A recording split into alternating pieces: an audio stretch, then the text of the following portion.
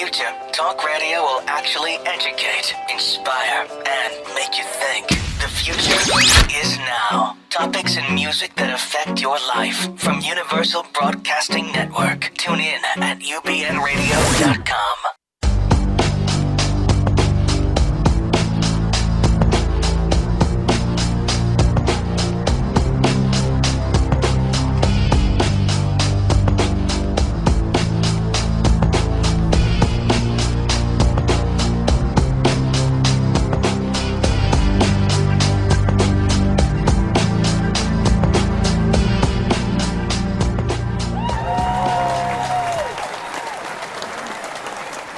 Greetings and salutations, everyone. Thank you so much for tuning in. You have tuned in to Dr. Judy WTF, which, of course, is What the Freud.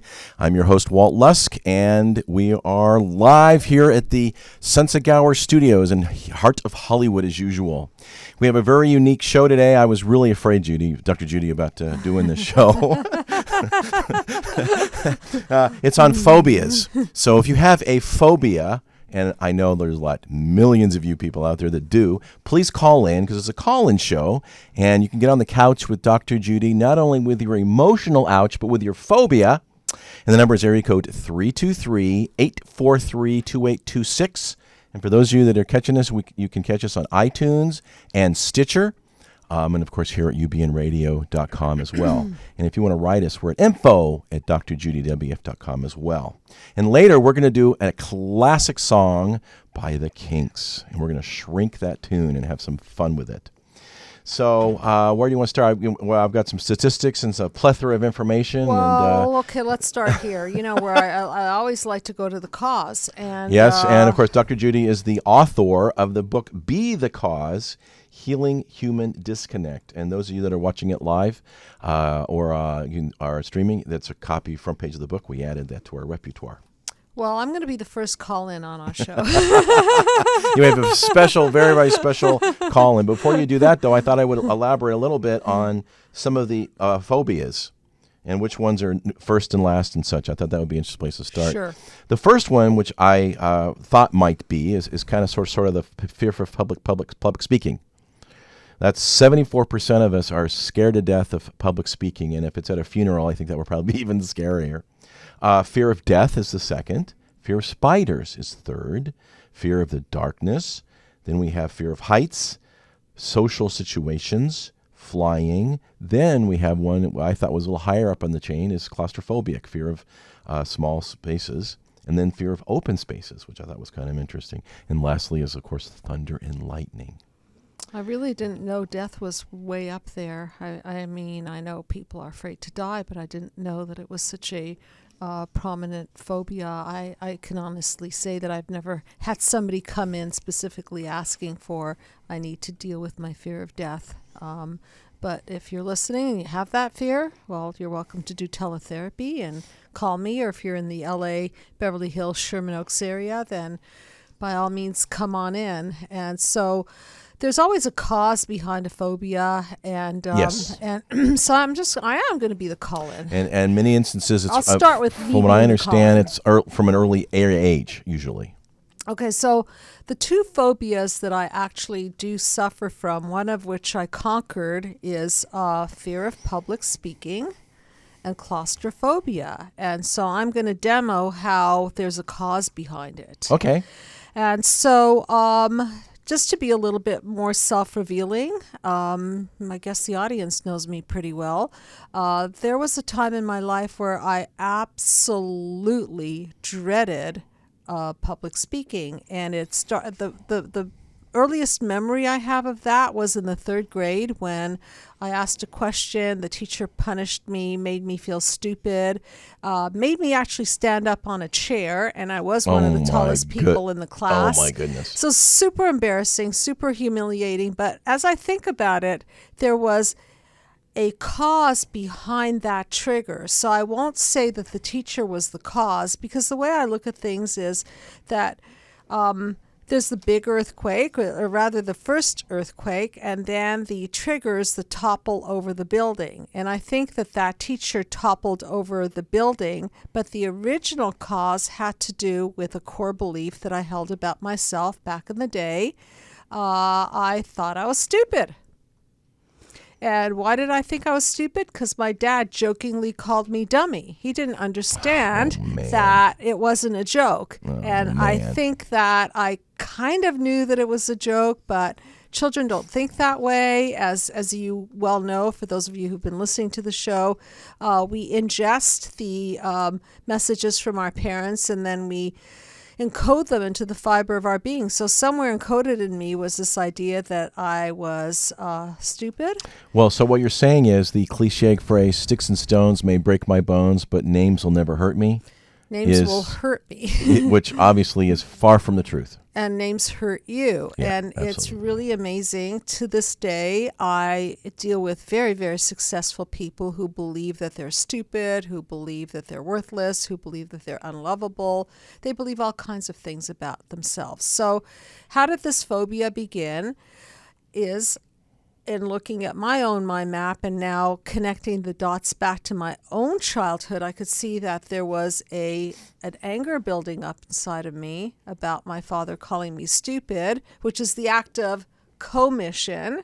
And then there was my mother who did nothing about it, which was the act of omission. Correct. So between my mother and my father, one doing nothing and the other actively bombarding my mind and creating a low self-esteem about the issue of being stupid, I then was primed for the pump of being triggered. So when this teacher exposed my mistake and humiliated me in front of the other students, well then I think I broke right there. And was that kind of like the straw that broke the camel's back of sorts? Yeah, I think it was the teacher that broke the student's spirit or something along those lines. So from there, from that point onward, I really had a problem speaking in front of the class. I used to be one of those kids that was chosen to sing in front of the class, and I slowly saw that was disappearing. I didn't want to sing in front of people anymore.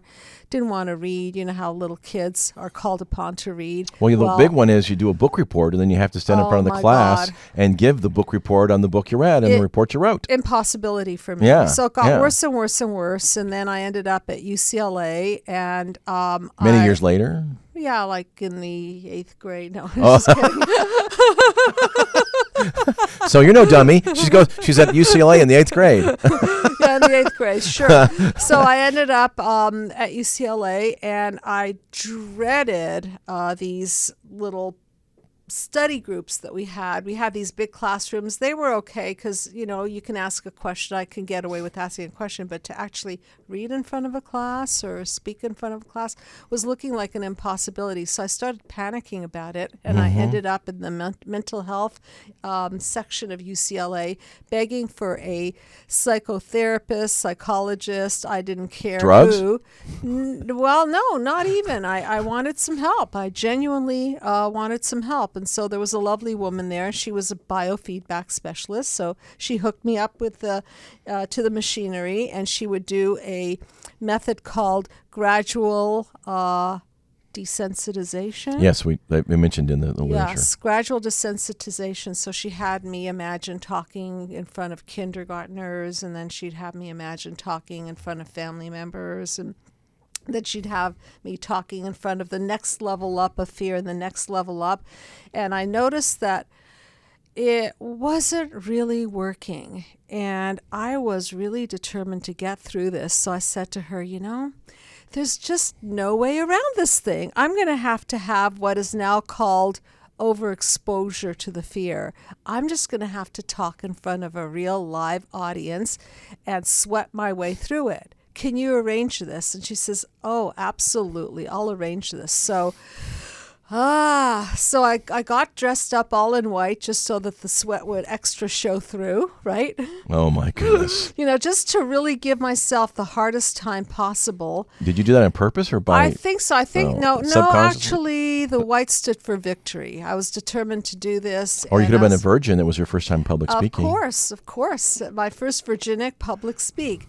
And so what I did was I stood up in front of the group, and they were a bunch of PhDs and PhD candidates, and I told the truth. And just as I talk about in my book, I use the truth as my pathway to healing.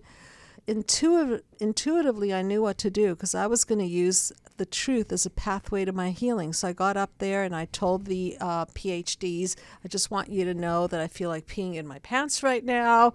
I'm so embarrassed. I know that I'm sweating. This has been ridiculously hard for me. You should have worn brown pants. I should have, or at least yellow pants at the very least. And so it was just this kind of a kind of a process for me of standing there and facing my fear and announcing my fear and talking my truth. And as I spoke my truth, I could literally feel myself peeling away this fear of public speaking. Wow. It was quite an experience.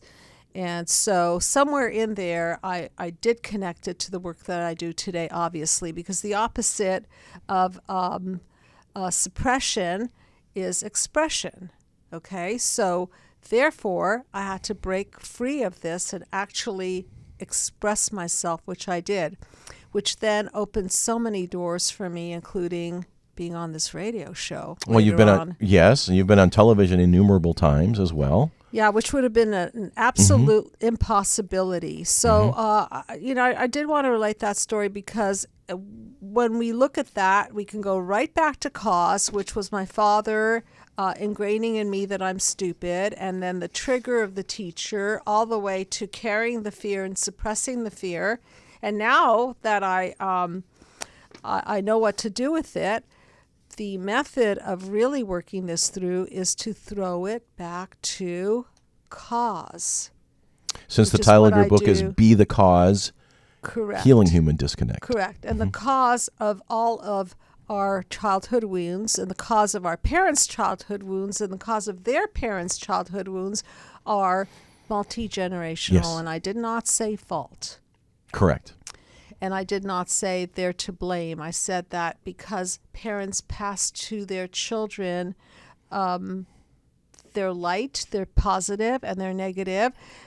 The child is always going to be encoding whatever the parent is messaging them about themselves. So we as children see ourselves through the eyes of our parents. So I wanted to my definition of a child is God's little spies. Yeah, They see that everything. too. They see everything. So if you put the mind map up, I can just kind of run people through this. And this mind map was developed by Dr. Judy 12, 13 years ago. It is obviously 9 panels. She's going to elaborate. And those of you that are listening, you can go to drjudywtf.com and see it. Okay, so in terms of the example that I used and how phobias developed is that there's a wound, an emotional injury, which is panel 1. And then that panel 1 emotional injury encodes into the fiber of the person's being and encodes in terms of a negative core belief such as I'm stupid, for example. And then that gets triggered in life and causes a lot of internal and external chaos and embarrassment, which then gets defended against. And the defense is really, I can't tell my father that he hurt me because my father was not really a person that I can actually communicate with and share my feelings with because he wasn't somebody who modeled sharing feelings. So that was out. So what I did was I repressed the whole thing, and instead of dealing directly with the cause, my father, I projected it onto the teachers. I projected it onto the world, and it cracked my lens of perception. And so then I lived in this paranoid world around the issue of being public and being exposed as stupid.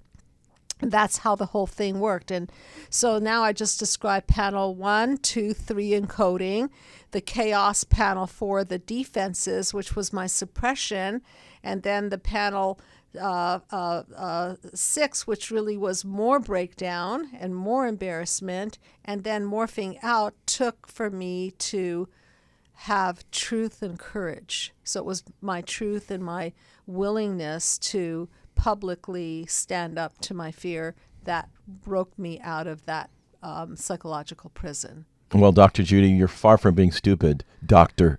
Judy. Well, one of my fantasies, my revenge fantasies, was my father's deceased, and I just adored him. He was one of the funniest, most entrepreneurial. You've told me many stories, and he was absolutely people. hilarious. He was just absolutely hilarious and a hilarious. hero to me, and very good looking to boot. And I have this fantasy that he'd be sitting right here with us, and I'd say, "So, Dad, you can now call me Dr. Dummy."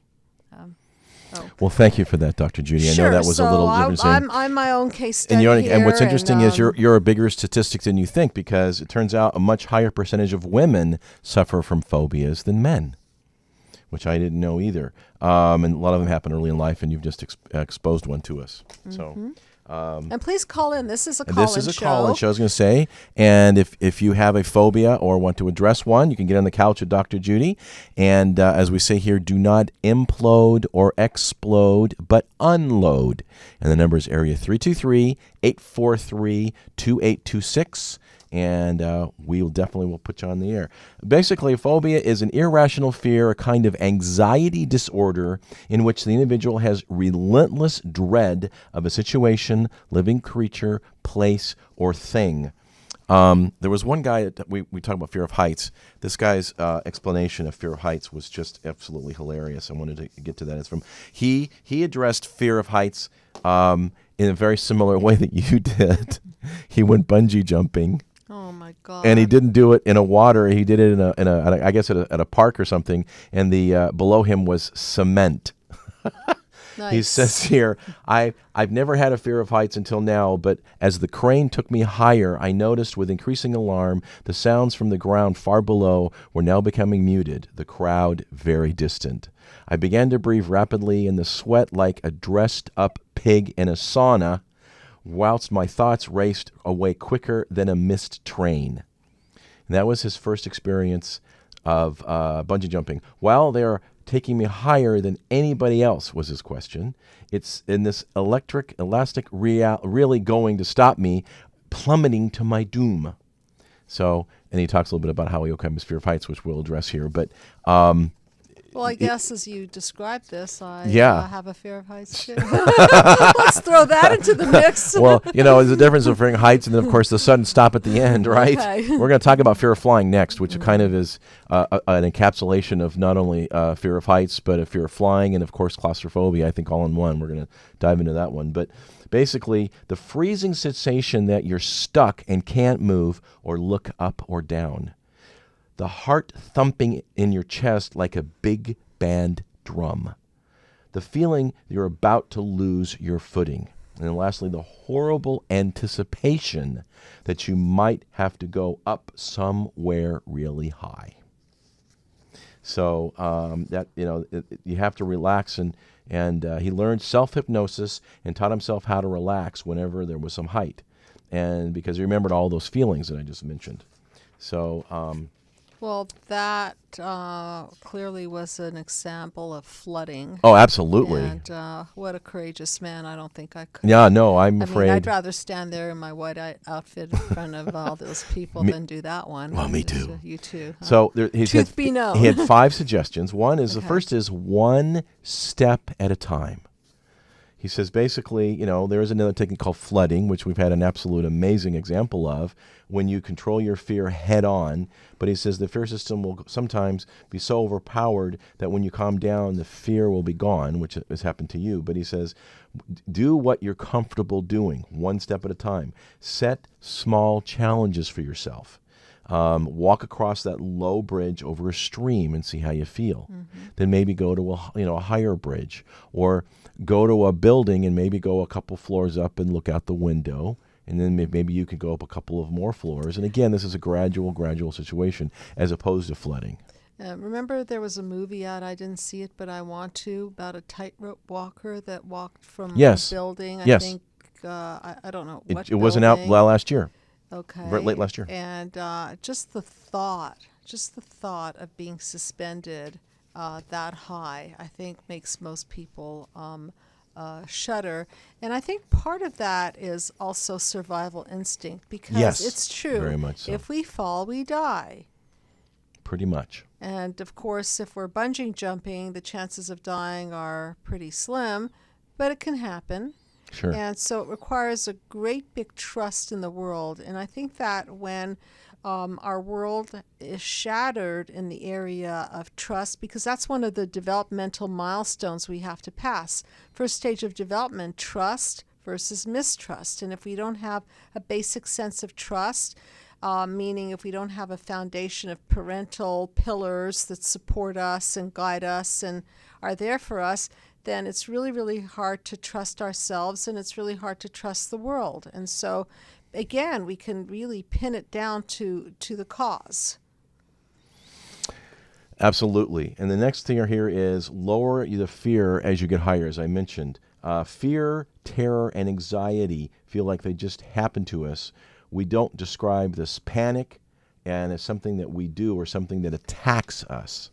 This is really, I think, a very accurate description of what's going on in terms of some kind of a phobia.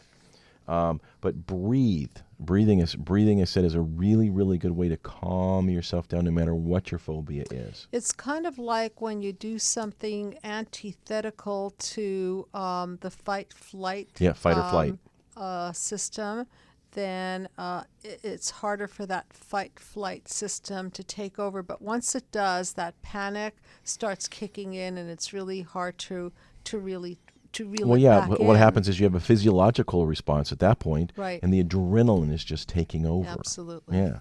He says here, when people are scared, they forget to breathe for short periods of time, and they just breathe quickly but forget to breathe out. So to lower the panic, pause your breathing for about 5 seconds, take a big breath in, and then exhale very, very slowly. He says, ensure that your breath out slowly, slightly longer than you breathe in, and this will rapidly start to calm yourself. Scale the fear down in numbers. In other words, because your thinking brain tends to be swamped by emotion brain, like an adrenaline rush. Okay, when we think we're fearful, you actually diminish the fear by forcing your thinking brain to work, thus diluting the anxiety. And the easy way to do this is by scaling your level of fear, basically on a scale of 1 to 10. And that's a beautiful example of the mind and the emotional brain. The mind, the cognitive brain, which is, I call it the cooling system, because when you're thinking and you're focusing on your breathing, then you're in a cognitive mode. But when you're panicking and reacting, then you're in a triggered mode, a fight-flight mode, and therefore you're operating out of your amygdala, your emotional brain. Right, your So amygdala. it's two different systems, really. So you're trying to activate the logical system, the I think it's called the parasympathetic system. Yes. I forget which is which. I always confuse. But the what's two. interesting is you're getting a physiological response, your adrenaline rush, and then you're giving it another physical response, Right. breathing very deeply and very slowly to counteract that and to calm and slow yourself down. And going back to the cause, we speak a lot about what it takes to form a healthy human psyche, and a big component of that is having parents that nurture you and regulate your emotions, so that people who don't have that base, people who don't have that basic trust, the pillars, the mother-father pillars, get easily emotionally dysregulated and take less risks in their life because they are more prone to being triggered by emotional Triggered, and I think events. you've come to mind trapped. and trapped. Yeah. Right. And third is forget the past. We don't actually forget the past. We learn to feel relaxed about old situations that maybe were what the cause of the phobia was in the first place. So when you do this, fear can be very quickly be, as you mentioned, deconditioned. This is a wonderful term, the rewind technique, where you rapidly and comfortably help you get a feeling of total calm about yourself. So again, practice breathing. It's very important to now really calm yourself down and really, again, give you a physiological response. And then talking about fourth is prepare your mind. Sit down and lie somewhere comfortable. Close your eyes. Start to focus on breathing comfortably with particular attention on breathing out. Maybe you want to breathe in through your nose and then out through your mouth. We do this a lot when we meditate. Begin to visualize watching yourself. And this is from a fear of heights perspective. Maybe on a TV screen looking relaxed. And then watch the sequence through the end, seeing yourself totally calm and enjoying the experience. And the mind and the body are so intricately connected that when you tell your mind how you want it to be, when you direct your mind into this peaceful state, then what you're doing is you're reducing the emotional reactivity, and now you're being the cause of better outcomes, because instead of these other chemicals flooding your body, because our brain is the biggest psychopharmacological production center, you're now sending neurotransmitters and signals to the body that calm you down. So it's antithetical to what the old associations are. So you break those associations. And then lastly is get perspective. Remember, you're not the only one with this phobia. There's thousands, if not millions of people that have the same one. And from a fear of heights perspective, they say, remember, just imagine yourself seeing the earth from higher and higher and higher up, way up high. And so you're actually in the moment of being high, but of course you aren't actually in a situation where there is height. I think one of the things that helps is when you understand that you're choosing it. You're choosing to go bungee jumping. You're choosing to speak in front of many people. It's a choice thing. So instead of being at the effect of, you're now in, your locus of control is your choice, and that makes a huge difference. Control. Right, because childhood is a hostage situation. Right, and we don't have control of our childhood. So whenever we feel out of control, it triggers how much out of control we can sometimes feel in our world. And those of you that are just joining us, thank you so much for tuning in. You've tuned into Dr. Judy WTF, which is What the Freud. I'm your host, Walt Lusk, with Dr. Judy Rosenberg, who is the founder of the Psychological Healing Center with offices in Sherman Oaks and Beverly Hills, and wherever you can hear our voice, because we can do this through Skype or on the phone. And she has a plethora of associates as well as herself that can pretty much handle any challenge and budget. And also I wanted to mention the app that is now available if yes. you have an iPhone. Psychological Healing Center. It's on your app store on your iPhone, and you can get excerpts from our book, Be the Cause, Healing Human Disconnect, stuff from our show, and a blog that's forever growing, and can connect up with the Psychological Healing Center as well. Absolutely, and please pay forward the app to your friends. Yep. They can access the radio show via the app, and a lot more information about the website. The mind map is up on the app, so you can actually just open up the mind map, and you can see the process through to the wounds of childhood, from the wounds through the process of dismantling them, and then paradigm shifting out of them. And I want to remind everyone that we have an amazingly wonderful staff of people that I personally train into the mind map system, and we have fees that are a sliding scale as well, so please don't be afraid to ask for sliding scale fees if you need that kind of a break in budget. We're happy to offer it to you. I know many of you are listening from out of state or even out of the country, and know that this is really doable via teletherapy. It is. We've had patients from England, as well as, of course, all over the country. Right. Yeah. Right. And because the system is so strong and tight, there's less of the therapeutic, how does that make you feel kind of talk, and we go right into the wounds of childhood and really deconstruct what's going on, so that within 10 sessions you should have a deep understanding of WTF is going on with you and why you're experiencing the symptoms that you're experiencing, and actually give you a system to reconnect the disconnects. I was going to say it's a very efficient and very effective and proven system. Mm-hmm. Yep. Yes. And while we're talking about apps, those of you who have a phobia and want to deal with it, there actually is an app that's available, I found. It's called Phobia Free. Utilizes the gradual exposure technique to help people, overcome their any type of fears. It's called Phobia Free. So you can probably go to your app store either on your iPhone or the Play Store on your Android. It's amazing. Check it out. There must be an app for every single thing these days, right? Yeah, Almost. It's a beautiful thing. Yeah. So I want to dive into fear of flying, which I think is a big one of folks for a lot of reasons. And this one guy talks about how he overcame fear of flying. I thought it was hilarious. He walked in and had this big bag with him, and he took this big bag and slipped it underneath the front of his seat. And he felt very comfortable and very safe. And it turned out that what he was carrying was a parachute. Really? Yes. Wow. Every flight he took on, he took a parachute. Speaking of fear of flying, I have a lot of people requesting emotional support letters for their animals. And, yes. We do that at yes. the Psychological Healing Center. So if you're truly service suffering, dogs. Yeah, they're not quite service dogs. Animals? They're called emotional support gosh, I'm behind animals. the times. I'm behind the times. Sir, I did a lot of research on this. Service dogs are actually dogs that are trained to perform a service, like helping the blind or helping somebody, whatever the person needs that dog for. But an emotional support animal is an animal that you have to have a letter presented to the airlines that says that your dog, I'll call him little Xanax.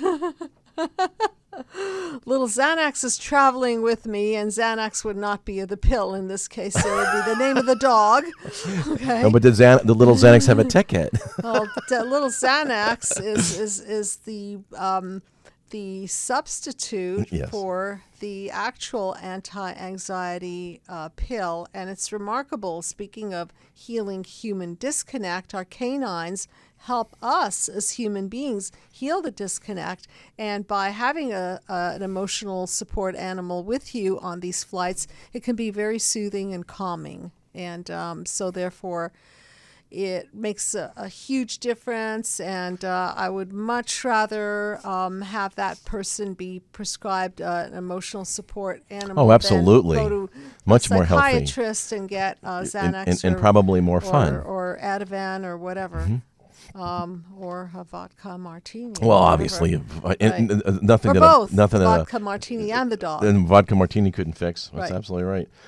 1 out of every 6 adults has a fear of flying. It's a huge number. Mm-hmm. They even talk about that 35% of all airline crews, if you can believe that, flight attendants, pilots, also have a fear of flying in heights. But yet every day they're going to work and they're in an airplane. You put wait, the airline stewardesses yes, have a fear of flying? 35% of airline crew oh my gosh. has a fear of flying. That's how Wow. substantive and big this is, right? Jeez, They're scared to death, but that's their job. That's like being a miner and having claustrophobia. Yes. That's horrendous. Exactly. Okay. Yeah, exactly. I have a bigger appreciation for them now. You put yourself in a small cylindrical tube loaded with flammable liquid. Trust your life with someone unseen pilot who, if the media reports are to be believed, probably has a drinking problem. And to make matters worse, you're being bombarded with graphic details of previous air fatalities. Great. I'm scared. Yeah, so what's the rate of drinking problems amongst the pilots? Is that while they're flying or when they're not flying? Yeah, it's mentionable, I'm sure. And theoretically, they can't drink 8 or 12 or 24 hours before they pilot a plane. But air travel really is the second safest mode of transportation in the world, the second only to an escalator and an elevator. You have your chances of being involved in an aircraft accident are about 1 in 11 million. Really? Yes. I didn't know it was You that have a greater low. chance of getting into a car accident on the way to the airport. That's 1 in 5,000. Then and that would be probably the most dangerous part of your whole trip is on the way to the airport in a car. But somehow it feels like you're so much more in control in your car because you're on the ground. But there, up in the air, it just really gives the impression of feeling out of control. So it would seem like, if people knew the statistics, maybe it would help. But I don't think it would really help because once you're up there, A little late. things get triggered. Yeah, you could just, not like you can step outside for some fresh air. Yeah, right. Sure, you can try. So 99% of the turbulence injuries that happened on airplanes happen because people don't have their seatbelt fastened, even if it's loosely fastened. I'm going to tell you a story in a second about that. Or, of course, falling luggage if the compartment above it isn't there. So we're going to address some ways actually to overcome your fear of flying.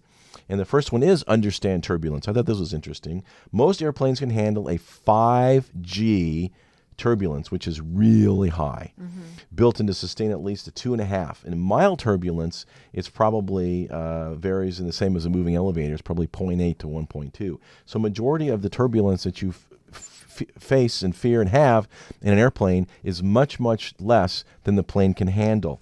And my father tells me a story years and years and years ago. He was in the back of an airplane having a trip and hit a lot of turbulence. And across the aisle from him were two ladies that were young, and he said they were just screaming their head off. And then they looked at my dad, who was sitting by himself, and they said, "You're not scared?" He goes, "No, I'm not scared. I'm mad."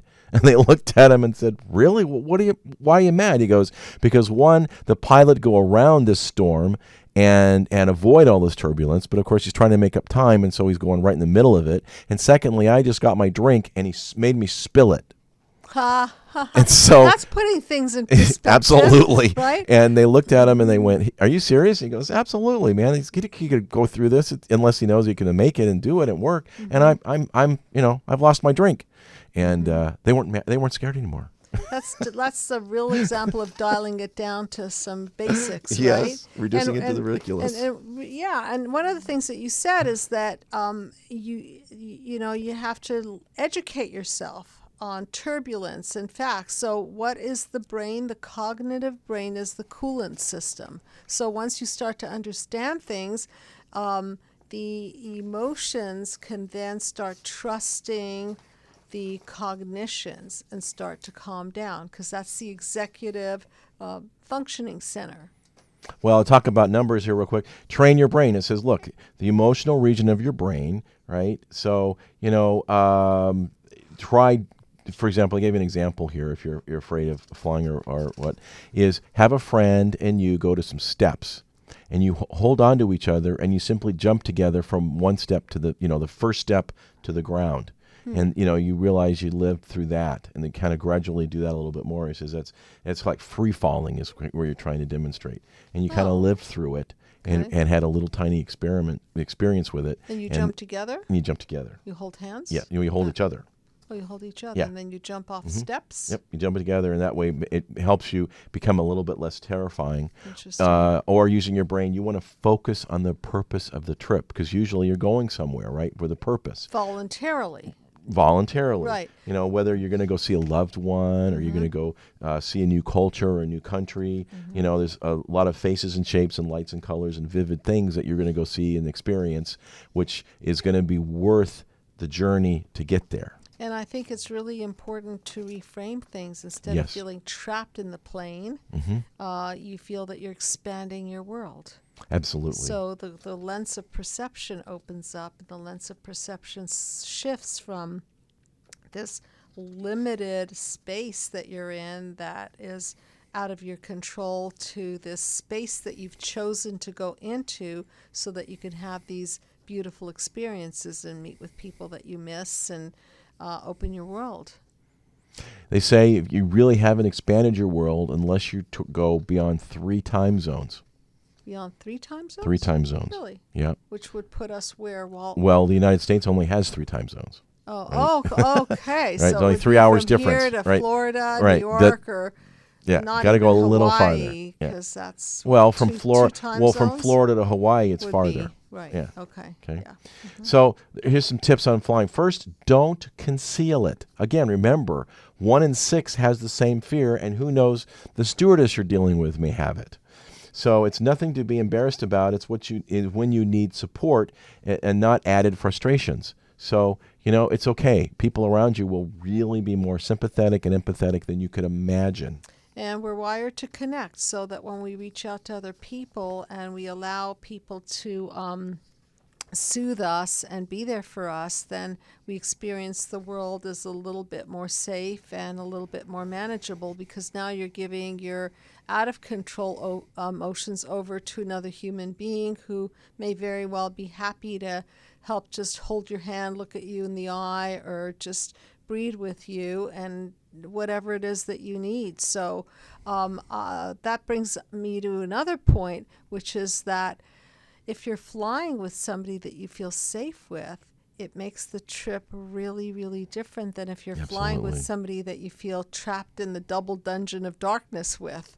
A lover that you don't want to be with any longer, or a spouse that you feel is toxic to your well-being, or anybody that you feel in a kind of an entrapped emotional situation, and then that airplane starts taking on the qualities of that entrapment. There you go. So it's a kind of like a negative transference to that situation. Yes, you feel trapped. You're stuck with them. You can't just step out and grab some fresh air. Yeah, and then the plane becomes a metaphor for I'm trapped. So there's another cracked lens of perception. And then you can counterbalance that by saying, look, I'm really not trapped with this person. When I get off the flight, I can do something about clearing up the communication, preferably, or if necessary, realize that you don't want to continue your journey with that individual. So you're really not trapped, but the perception is that you are trapped. Very, very interesting. And then the phobia is the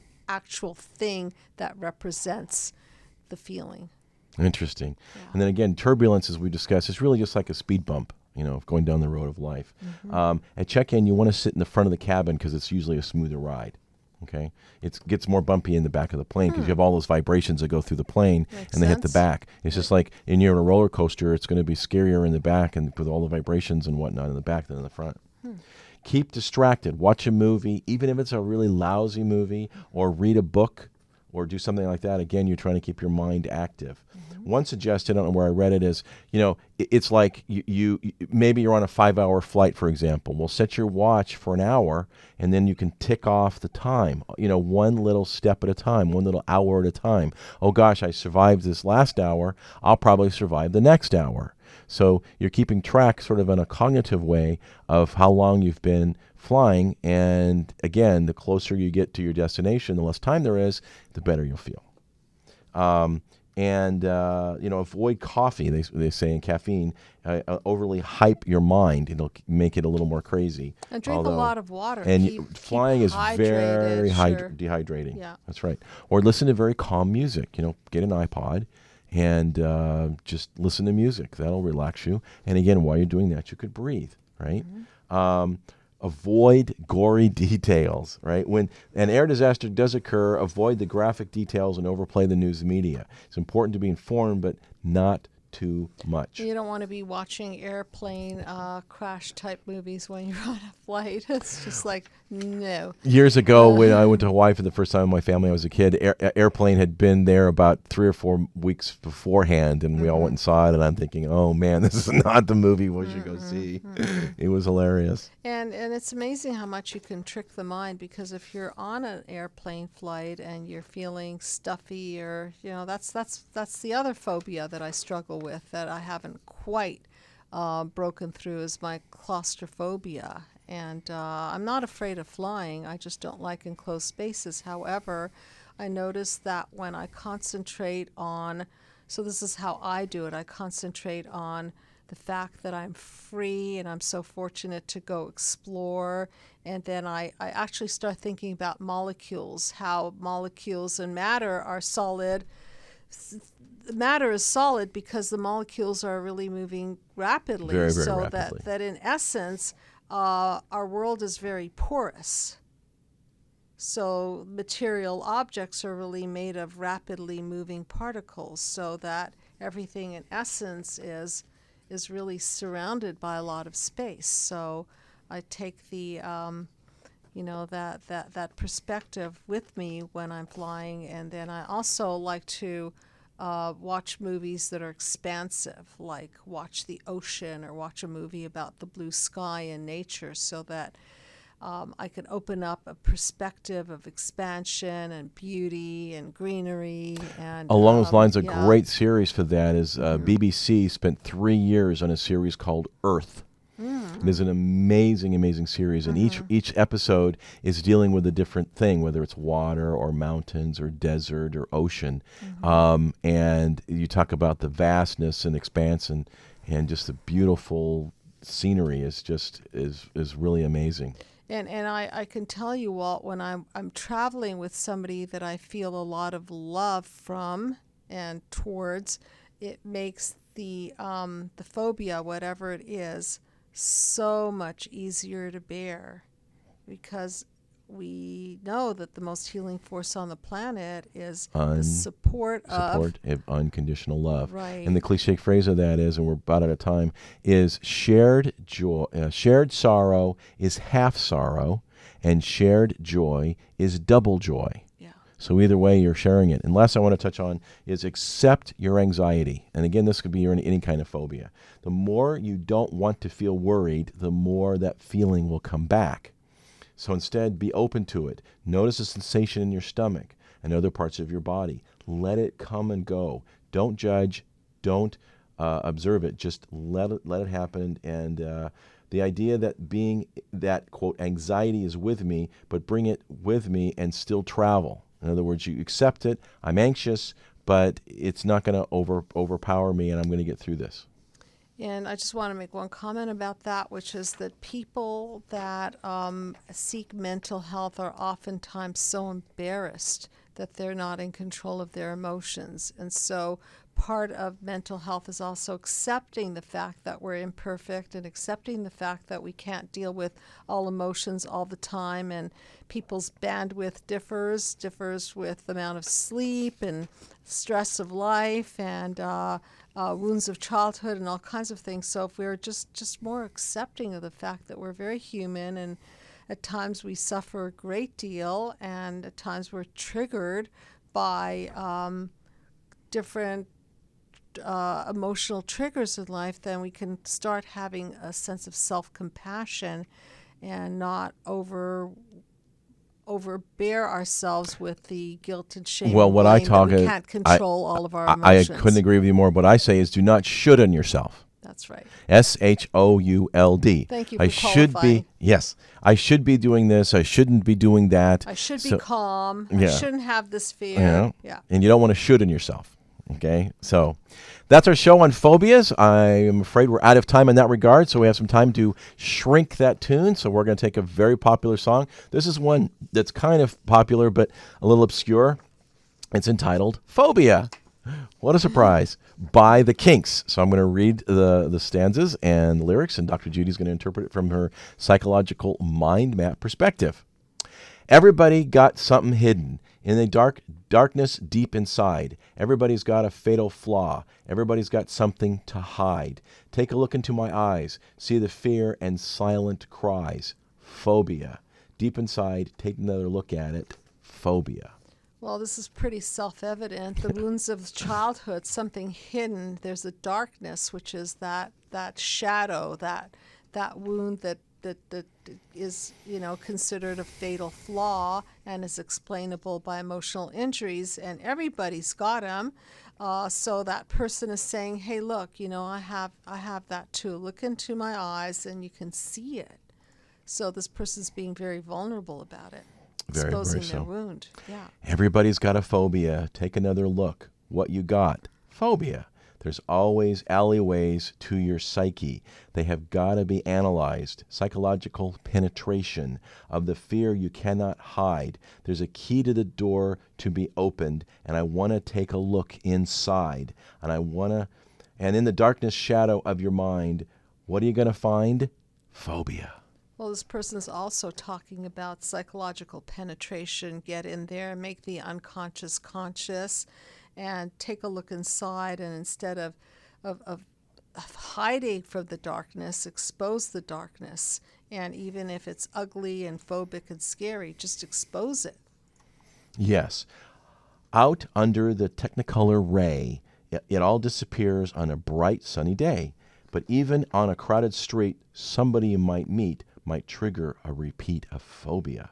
Strikes again, fear of fire or being burned alive, dizzy heights, wire coat hangers, things that crawl or go bump in the night, phobia, fear of germs, creepy crawlies that make you squirm, phobia, images of long ago, memories that you hardly know.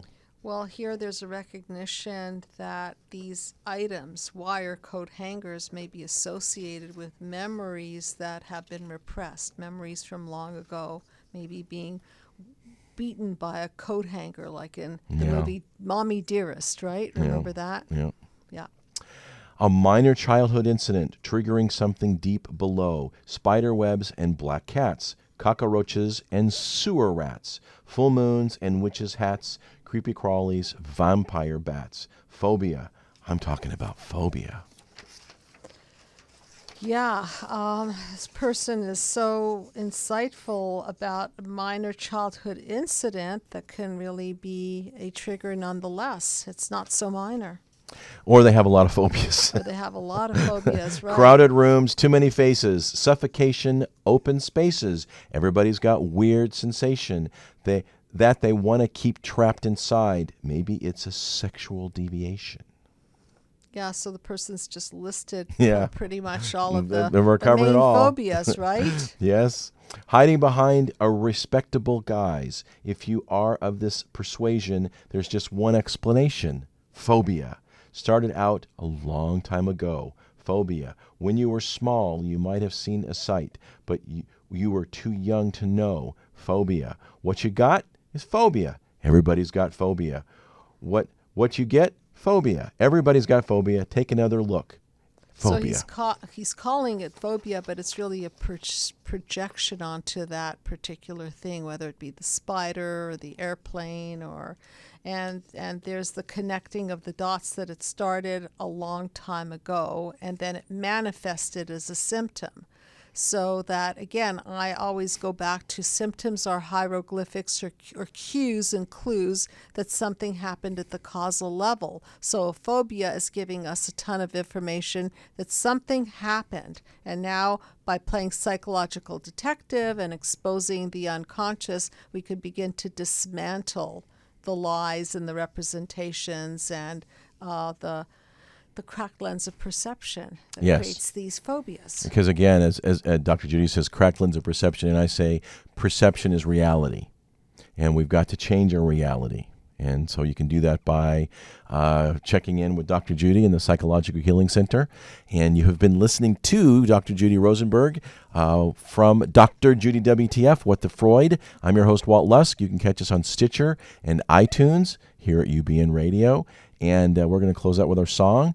And if you want to have some ideas for a show, we had one that we did on trophy kids a little while ago. Lady made a comment on it and she was very, very blessed about our interpretation. Yes. And our movies you want to shrink, because we do that periodically with What the Film. So thanks so much for watching and for listening. Until next time, we hope you guys have a little less phobias.